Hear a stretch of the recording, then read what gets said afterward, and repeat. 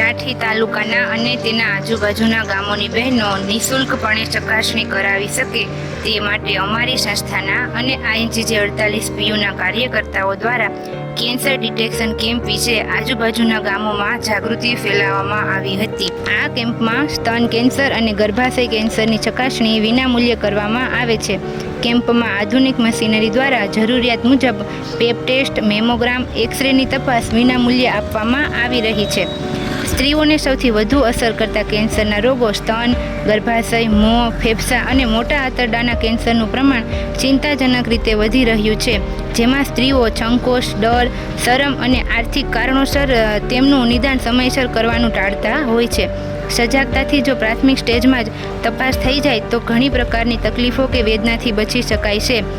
લાઠી તાલુકાના health officer doctor R.R. Makwana સરને આજનો આ કાર્યક્રમ વિશે અનુભવ કેવા લાગ્યા તમને? આ કાર્યક્રમ બહુ અગત્યનો અને ખૂબ સરસ। અમારા અહીંયા લાઠીમાં લગભગ 30 જણને કેન્સરના નિદાન થયેલા છે અને દવા ચાલે છે। આવો સરસ કાર્યક્રમ કરી અને ખૂબ ખૂબ આભાર આ લોકોનો।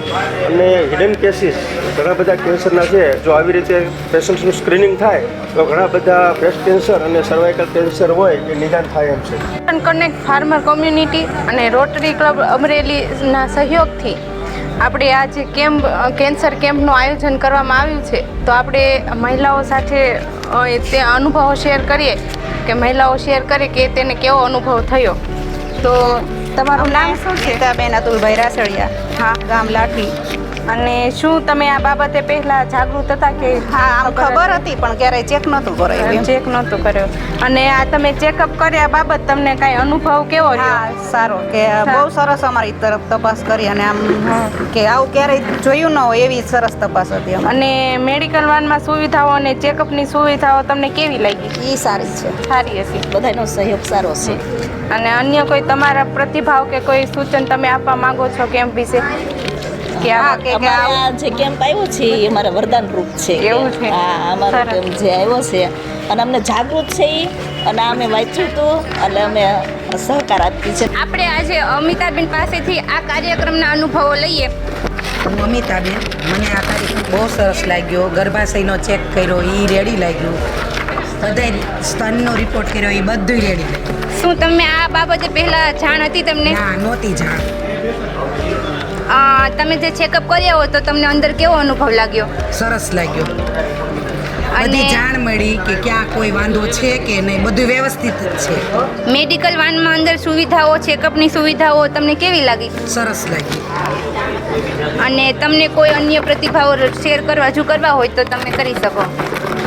ના, મેં બધી વાત કરી લીધી અંદર, વાંધો નથી, કોઈ રેડી જ છે બધી। તમને કેવું લાગે છે આ મહિલાઓએ આ ચેકઅપ કરાવવું જોઈએ? હા, જરૂરી જ છે, કરાવવું જરૂરી જ છે। બધાને ચેકઅપ ન કર્યો હોય એને કરાવવું જરૂરી છે।